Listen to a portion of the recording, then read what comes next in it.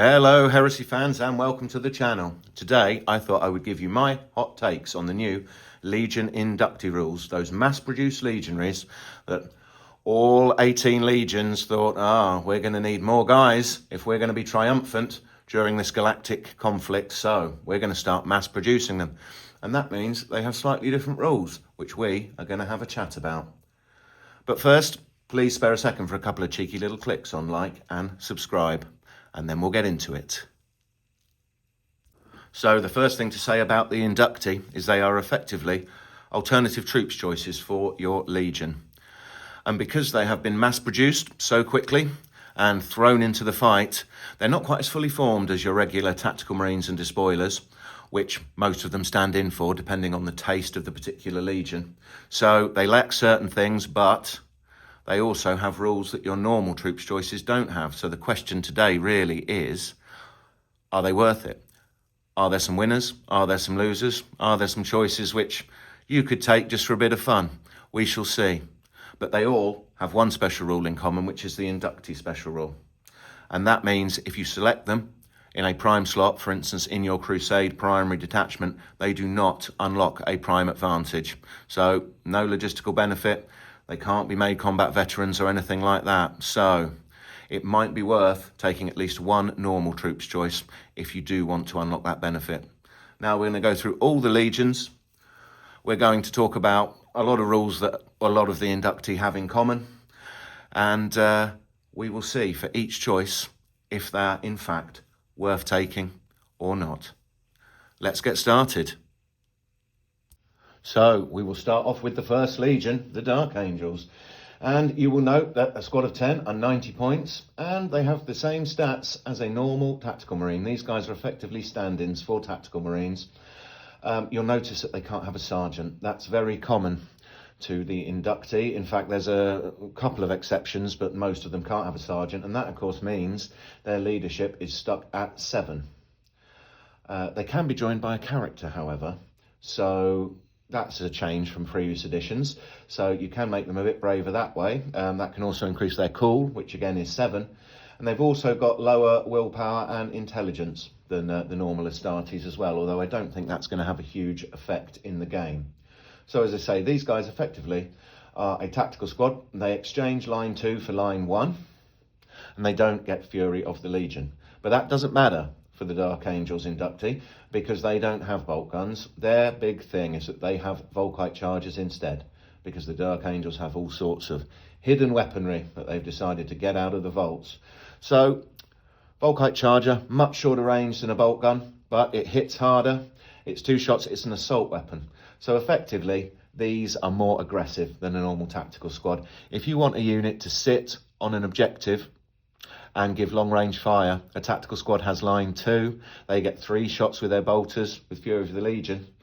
So you probably want to pick them. But if you're feeling aggressive and you want to move forwards, these guys have better short range firepower. And of course, because the Volkite charger is an assault weapon, they can volley fire as well. So if they want to charge, or if they get charged, they get to fire another volley of shots. They're snapshots, but still. Volkite also has deflagrate. So they can do potentially quite a lot of damage. They can also take a Vexilla, and 2 Inductii can have items from the Legion equipment list. The choices are an Augury Scanner or an Nuncio Vox. Now, like most troops choices, a Nuncio Vox is probably pretty useful. Not quite sure about the Augury Scanner or the Vexilla. But as a start, these guys seem pretty good. I mean, it's quite fluffy to have a squad of Dark Angels running forwards with Volkite chargers, perhaps jumping out of a Rhino. I think these guys are okay. I would personally take a normal tactical squad to make sure that you've got them in the prime slot and you get some sort of prime benefit from it. But these could be a lot of fun to use. So the Dark Angels Inductii, yep, I think we're starting off with a decent, fluffy choice. Moving on to the Emperor's Children Inductii. Now these guys are 100 points and they are more like despoilers. You can see they have 2 attacks. Like the Dark Angels, they have leadership 7, they can't have a sergeant, they have cool 7, and willpower and intelligence 6. These guys come with bolt pistols and chainswords. to go along with their 2 attacks. And instead of line 2, like normal despoilers, they have Vanguard 2. So they need to charge enemies and get them off of objectives. And they also have a specific special rule, Perfection Embodied, which we will get to. Now, of course, they're Emperor's children, so they get +1 initiative on the charge, which could be quite handy because they can all take Charnabal sabres, if you like, for 5 points per model. And that gives them breaching 6 up. Now, that could get quite expensive quite quickly, but they will strike at initiative 5 with them. It could be quite useful, certainly for bullying other troops' choices off of objectives, which it seems to me that's kind of what they're designed to do. They can also have heavy chainswords and power weapons. Now they get 1 per every 4 models instead of 5, which is interesting. So a squad of 10 can only upgrade 2, but a squad of 12 that you might put, for instance, in a Rhino can have 3, and a full squad of 20 can have 5. And it's the same story with pistols, although I don't think the Legion pistols are particularly good. 2 of them can also have items from the Legion equipment list, but there is one thing missing here, unlike the other inductee for all the other legions. These guys don't appear to be able to have a Vexilla, which is a shame because that would be very useful. Obviously, they are an assault unit, so the +1 combat res would be very good for them, and even better given their special rule, which is Perfection Embodied. So effectively, they can discard the highest dice when they are making checks against statuses in the shooting phase, so pinned, suppressed, stunned, routed, makes them quite resistant to firepower. But in the assault phase, if they lose a combat, they have to roll an extra dice and discard the lowest one. So effectively, if they get beaten, they are far more likely to run away. Vexilla could have helped with that, but it doesn't look like they can get it. So the question is, are these guys better than normal despoilers? Well, is Vanguard 2 better than Line 2? I'm not sure. Is it worth spending a lot of points on them, giving them all Charnabal sabres for the breaching, or maybe all power weapons? Again, not sure, but you could certainly model them to look amazing. So there is that. I think these guys are pretty average as compared against the other inductee. So Emperor's Children, yeah, 5 out of 10, maybe. And so the Iron Warriors. Now, these guys are once again, like the Dark Angels, more like tactical Marines. They can't have a sergeant, so their leadership is 7, but they have a natural cool of 8. And of course, as Iron Warriors, they ignore modifiers for status checks, so these guys have quite a lot of staying power. They have a willpower of 6 and an even lower intelligence of 5, although again, I'm not quite sure what effect that will have in the game, so not too bothered. They have line 1 instead of line 2, and they also have expendable 1, which is interesting. Usually Iron Warriors have to use a prime benefit to get their Legion troops to have expendable 1, so that's quite interesting. And also they have implacable advance, so they can volley fire with their bolters. Now they have the same equipment as normal tactical Marines: bolter, bolt pistol, frag grenades, crack grenades, so they are very similar. Obviously they don't have Fury of the Legion, but having implacable advance and therefore being able to volley fire is pretty handy. And also, because they're Iron Warriors, they can take shrapnel weaponry from the Legacy's PDF, and that means their bolters can have pinning. Now that's particularly interesting when you combine it with their first option, which is any model in this unit may have its bolter exchanged for 1 Astartes shotgun for +2 points per model. Now that's any model, doesn't have to be all of them, and that means you can have a mix. So if you had a unit of these guys with shrapnel bolters and Astartes shotguns, they would be able to fire at an enemy unit and hopefully make them take a pinning check and a stunned check. Now that could be quite interesting, although you have to pay the points for it. Still, I wouldn't mind giving this a go at some point. Now 1 inductee can have a Vexilla, same as a tactical squad, and 2 inductee can have augury scanners and nuncio voxes, same as a tactical squad. They can also take bayonets and chain bayonets. I actually really like these guys. The variation in their weaponry is very interesting. They could potentially inflict a lot of status problems on your opponent, and the fact they have naturally cool 8 is actually very good. And Implacable Advance, Expendable 1, Line, yep, it's all good. I think these guys are well worth it. And here come the White Scars. We are back to Despoiler pattern Inductii here. They've got 2 attacks. Leadership 7, Cool 7, Willpower 6, Intelligence 6. They can't take a Sergeant. They've got bolt pistols and chainswords. Now, like the Emperor's Children, they don't have Line 2, they have Vanguard 2. And like the Iron Warriors, they have Expendable 1, which is interesting. And they've also got their own special rule, Proof of Valor, which we will get to. Now, an interesting option for this squad is that they can upgrade all of their chainswords to heavy chainswords if they want, which would certainly look very cool. I'm not sure how tactically useful it is. And for every 4 models, they can have a power weapon or a Charnabal saber for 10 points or 5 points respectively. They can also have a special pistol for every 4 models. They can have a Vexilla, and they can have a Nuncio Vox or an augury scanner. So once again, we ask, are these guys better than Despoilers? Is Vanguard 2 and Expendable better than Line 2? Well, let's have a look at their special rule to decide. So it's a bit of an odd one, this. When they're fighting opponents with weapon skill 5, those opponents can only hit them on a 4+ instead of a 3+, because they obviously only have weapon skill 4. That's a very strange rule. Now, the problem is, of course, these guys, yeah, they can have heavy chainswords, power weapons. They don't have a sergeant, so they can't get any sergeant weapons. If they're fighting an enemy elite unit that has weapon skill 5, it's probably not going to go very well for them, despite this Proof of Valor rule. They're probably not going to win. And this rule almost encourages you to send them to take on opponents with weapon skill 5. I would advise strongly against that, because opponents that have weapon skill 5 quite often have nasty weapons as well, and I think they are going to absolutely destroy the White Scars Inductii. So it's nice that they have Vanguard, it's nice that they have Expendable, but I don't think their special rule, Proof of Valor, does much for them. I think these are a bit of a miss. And on to the Space Wolves Inductii. Now, these guys are another Despoiler pattern squad. They've got 2 attacks, Leadership 7, Cool 7, Willpower 6, Intelligence 6. They've got bolt pistols and chainswords. And like the White Scars and like the Emperor's Children, they exchange Line 2 for Vanguard 2. But they also have a particularly interesting special rule, which we will come to.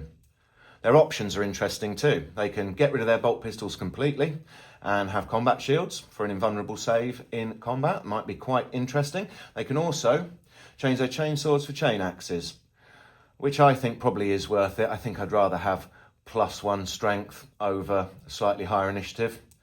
And for every 4 models in the unit, 1 Inductii can change their chainsword for a heavy chainsword, a power weapon, or a Charnabal saber. They can do the same with pistols.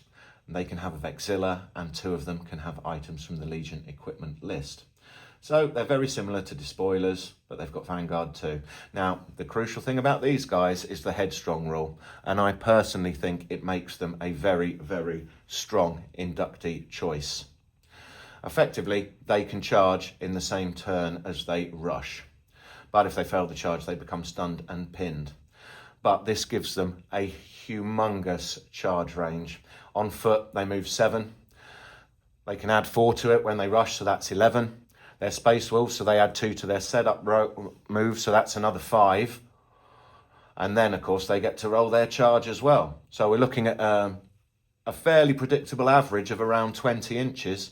And, of course, if you put them in a vehicle, particularly in an assault vehicle like a Land Raider, you can add a lot more distance to that as well. In fact, in a Land Raider, that's another 10 inches, so you're looking at 30. So that's turn 1 charges from these guys. That should be extremely worrying for your opponent, because they are okay in assault. They're basically Despoilers, but they can have chain axes, they can have various weapons in there, but it's the fact that they can move so quickly and assault so quickly that makes these guys very, very good. The 7th Legion, the stalwart Imperial Fists. Now, these guys are back to tactical squad pattern. They have the same stats as Tactical Marines. Again, The leadership is lower because you can't have a sergeant. The cool and the willpower and the initiative are the same as nearly all the other inductee we've seen so far. And like the other inductee with bolters, they exchange line 2 for line 1. They have bolters, bolt pistols, frag grenades, crack grenades, and they have a special rule, which is supporting fire. Now, effectively, when they remain stationary, their bolters get pinning, which can be very, very useful. In fact, it's not just their bolters, because for every 10 models in this unit, you can upgrade one inductee to have a heavy bolter or an autocannon. That will get pinning as well. Now, it's only pinning 0, but don't forget, with bolters, heavy bolters and autocannons, the Imperial Fist Right of War kicks in and they get +1 to hit. So that's 2s normally or 4s on snapshots, all with pinning. That could be pretty useful. Of course, they don't get Fury of the Legion because they're inductee. They can have a Vexilla. They can have 2 items from the Legion equipment list. I think Nuncio Vox definitely for these guys. And bayonet, chain bayonet. I wouldn't bother. But these guys, because they can inflict pinning, because they can get some more shots out, some slightly heavier shots as well with heavy bolters and autocannon, I think they're really good. I'm not sure it's worth taking a squad of 20 to get 2 heavy bolters or 2 autocannon. I think squad of 10, maybe with that heavy weapon thrown in, could be pretty useful. And with the Night Lords, we are back onto despoiler equivalents. 2 attacks, leadership 7, cool 7, willpower 6, intelligence 6. Now they have a bolt pistol and a killer's blade, so not normal chain weaponry for these guys. So we'll see what the killer's blade does in a minute. They have Vanguard 2. Again, instead of line 2, they have their own special rule, unscrupulous murderers, which we will get onto. For every 4 models, they can change a bolt pistol to an item from the Legion pistols list, but they cannot upgrade their killer's blades. So they will all have those. They can take a Vexilla and they can take items from the Legion equipment list. Now, the killer's blade is a very interesting weapon. It has breaching, 6 up, and it has precision, 6 up. So that could be quite amusing if you could mob these guys into an opposing squad with a character in it. They could shank him good and proper. And that would be rather entertaining, I think. That makes them pretty good. I mean, the Emperor's Children have to pay to get their Charnable Sabres to get breaching. These guys get it automatically. They've got 2 attacks. Pretty good. And they've got the unscrupulous murderers rule, which is a rule in the aftermath of combat. So effectively, when your enemy run away, you get to stab them again using the precision rule, which again is very, very entertaining. But I've always found the Night Lords quite entertaining, so I guess I shouldn't be surprised. I think these guys could be pretty good. I think having a troops choice that has breaching and precision could certainly catch an opponent out. They're cheap like most inductees, so yeah, I think I would give these guys a go. On to the Blood Angels, and we have another despoiler pattern inductee squad. 2 attacks, and the diminished mental stats that all the inductee, or most of them have. They can't have a sergeant. They have bolt pistols, chainswords, frag grenades, crack grenades. They have Vanguard 2, yet again. They have swapped out line 2 for Vanguard 2, and they've got the Eaters of the Dead special rule. Now, interestingly, they can change all of their weapons if they want for a heavy chain axe, which doesn't seem to go very well with the Blood Angels rule because they get +1 strength when they charge anyway, but still heavy chain axes could be quite entertaining. The squad would certainly look great. For every 4 models in the unit, they can upgrade their chainsword to a heavy chainsword, power weapon, Charnable Sabre. Maybe. For every 4 models in the unit, they can have a special pistol, and again, they can have a Vexilla, which you'd probably take on a combat unit like this, and they can take Nuncio Voxes and augury scanners. So again, they're despoiler equivalents. They seem okay, but I think what makes them quite interesting is their special rule, Eaters of the Dead.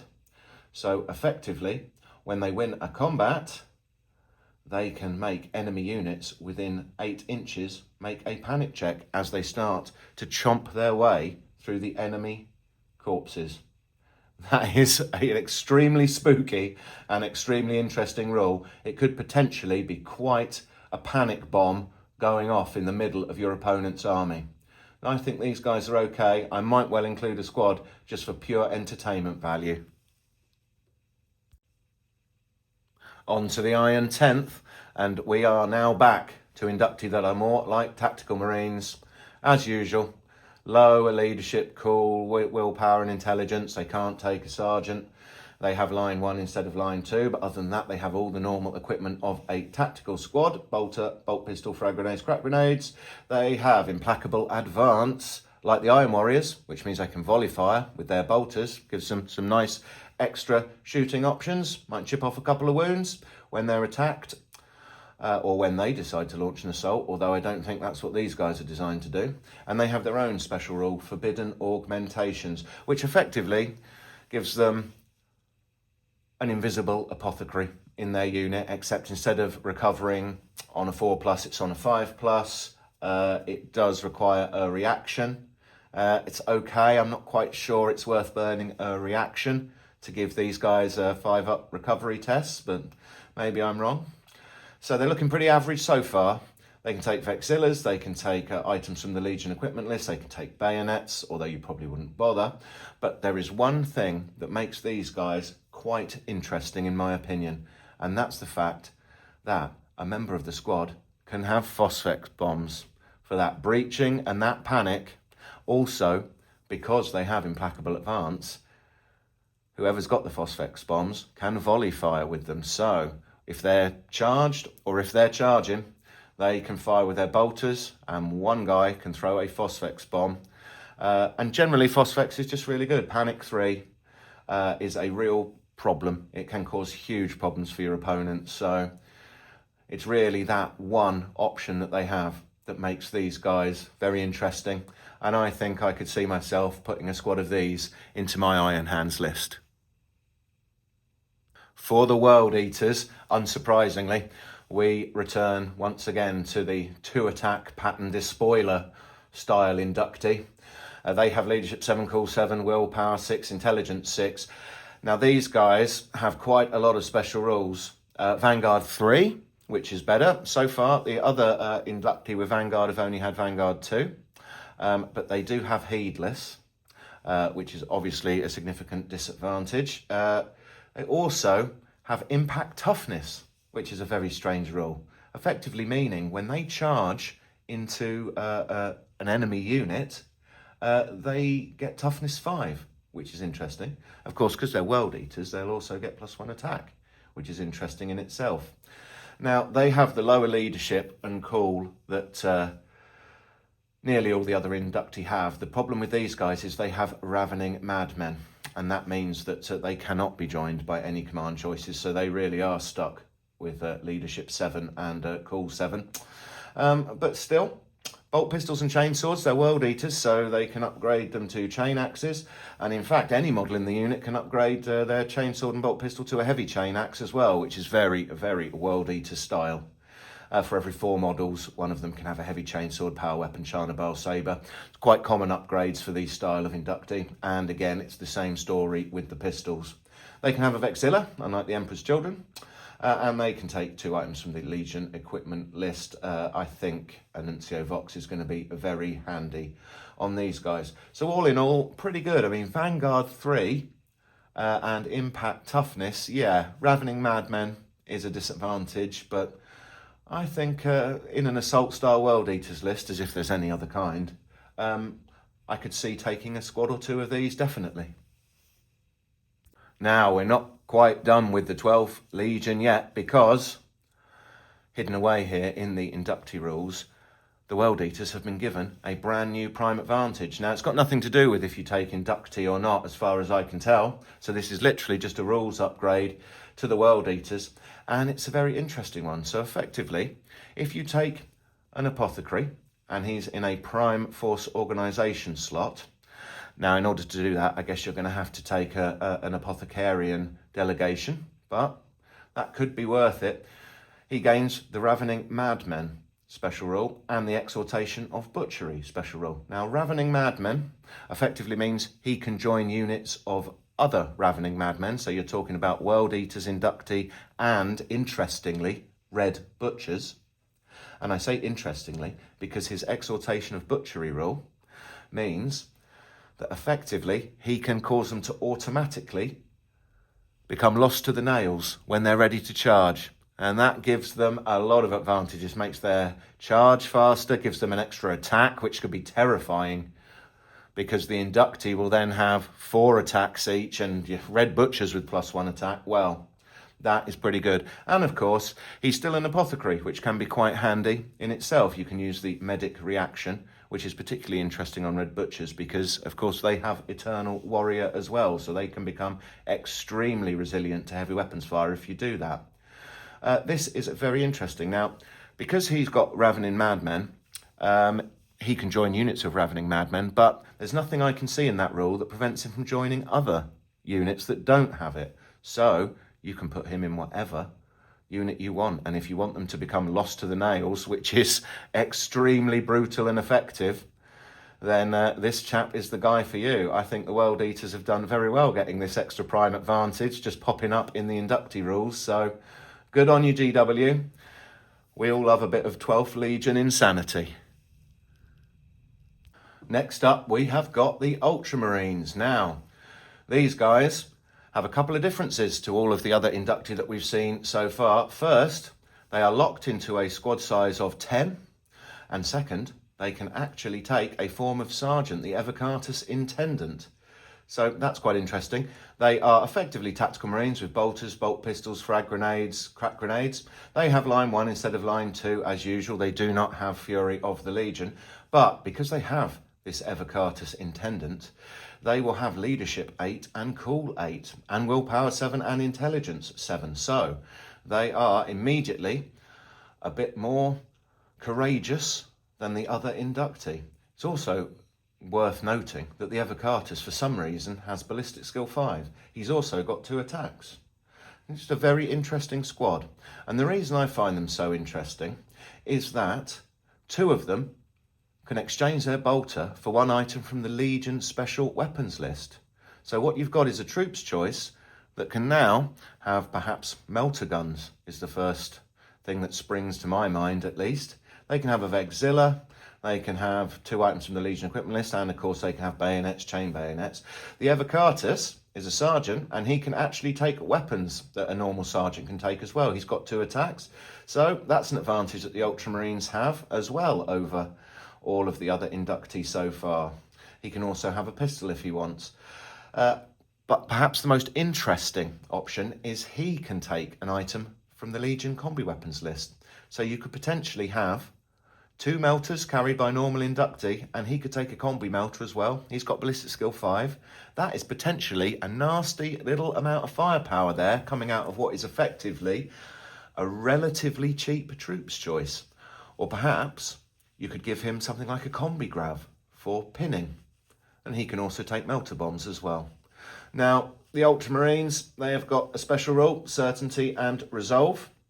So effectively they get a special rule that stops them from falling back off of the battlefield and being destroyed that way. Instead, they get the suppressed status rather than just being destroyed. The thing is, normal units get to take a test before they fall back off the table, so I'm not sure that's going to come up very much personally. But overall, I really like this squad. I think they're one of the best. Having troops choices that can have nasty little surprises there, coming up in a Rhino, jumping out and firing 3 melter shots, or perhaps 2 melter and a grav shot, and the Evocatus as well. He can take Sergeant combat weapon. This is just a very good unit. Line 1 as well is just a bonus. Yep, I think the Ultramarines are right up there with the Space Wolves as one of the best Inductii so far. Now plodding into the mix, we have the Death Guard Inductii. Unit size 10, they can go up to 20, which is quite interesting for them, for reasons which we will get to. Now, they are basically tactical Marines, no sergeant, Leadership 7, Cool 7, Willpower 6, Intelligence 6, Bolter, Bolt Pistol, Frag Grenades and Crack Grenades. As usual, for Inductii, they swap line 2 for line 1.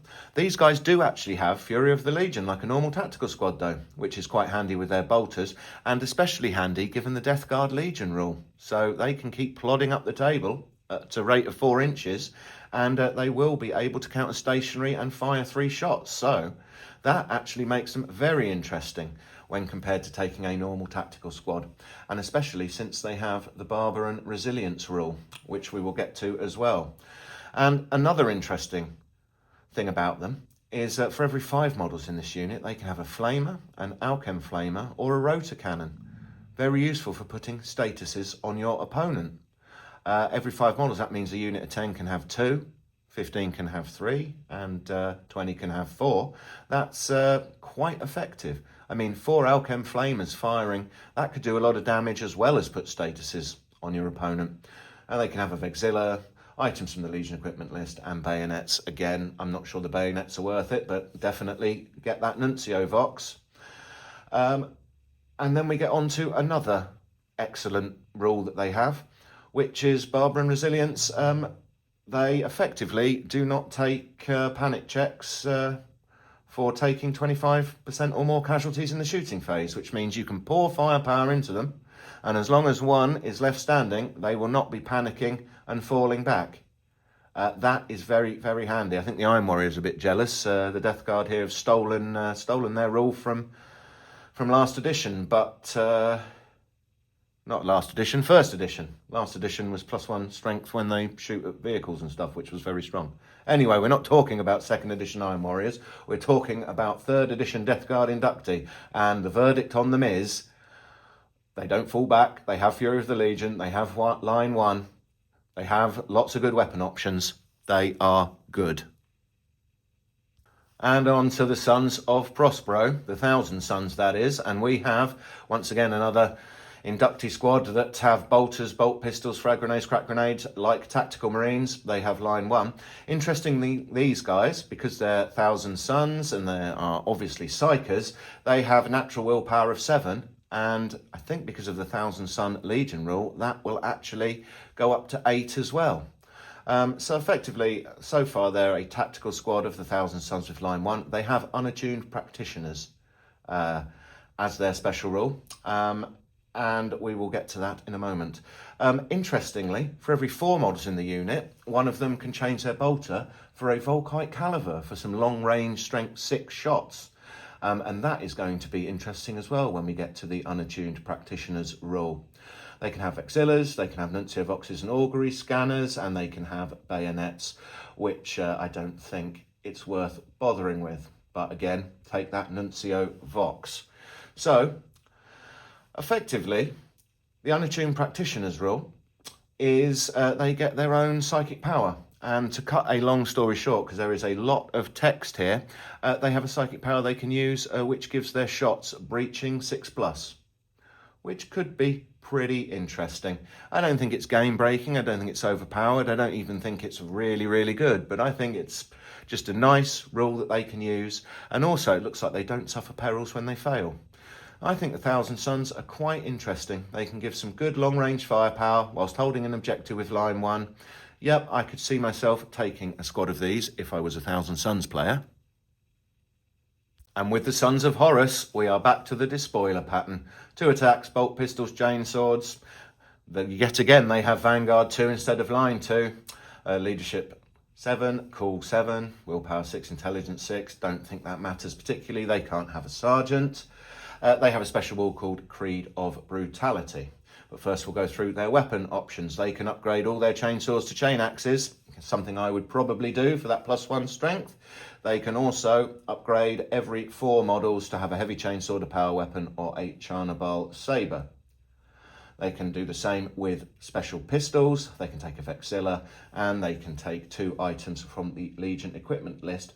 But the really interesting thing about these guys is the Creed of Brutality rule. So effectively, they can take a leadership check in the start phase, and if they pass it, they can get the Impact Strength special rule until the end of the term, which means when they charge, they get +1 strength. So if you were to give them, say, chain axes as well, they would be striking at strength 6 when they charge, which would wound most other Marines on 2s. Also particularly interesting is that if there's a model, a Sons of Horus model, with a weapon skill characteristic of 5 or more, the Inductii squad can use that model's leadership if he is within 6 inches. So that could be quite handy, because their normal leadership is only 7. They can't take a sergeant, so they're going to need help from one of their commanders, or perhaps even just a Justiron that's nearby. It says model, not command model, as far as I can see. If they fail the check, they do get the stunned status, which is not good for them. But overall, I think these are quite an interesting unit. I could see taking these over normal despoilers. Again, the question is Vanguard 2 better than Line 2? Probably not, but I think the modelling opportunities, once again for this squad, are great. So I would be very tempted to take them. So the word bearers Inductii. Well, they have 2 attacks, bolt pistols and chainswords, so they are once again competing with despoilers. Once again, they have Vanguard 2 instead of Line 2. They can't take a sergeant. They have an interesting rule called empty vessels, but first we'll go through their options. They're another unit that can upgrade all of their models to heavy chainswords for 5 points each, if that's your thing. And yet again, for every 4 models in the unit, an Inductii can change his chainsword for a power weapon or a charnable saber. And it's the same story with pistols, and they can take a Vexilla, and they can take Nuncio Voxes and augury scanners. Really, you want the Nuncio Vox. They're a despoiler squad that can upgrade their weapons. Interesting. The empty vessels rule is interesting as well. They get the Malefic subtype, which is very, very handy actually for them. And then they get the Feel No Pain 6+ special rule as well. But in order to get those, they have to score victory points through the Vanguard rule. So effectively, they have to drive an enemy unit away from an objective or destroy them. And they take D3 wounds as well, doing it presumably as they are possessed. An interesting unit. I think they're okay. Again, I am thinking of some modelling potential for these guys. Perhaps some Astartes with some demonic limbs starting to come through, something like that. They're okay. I would say average. So we come to the Salamanders, and there's immediately 2 surprising things about the Salamander Inductii squad for me.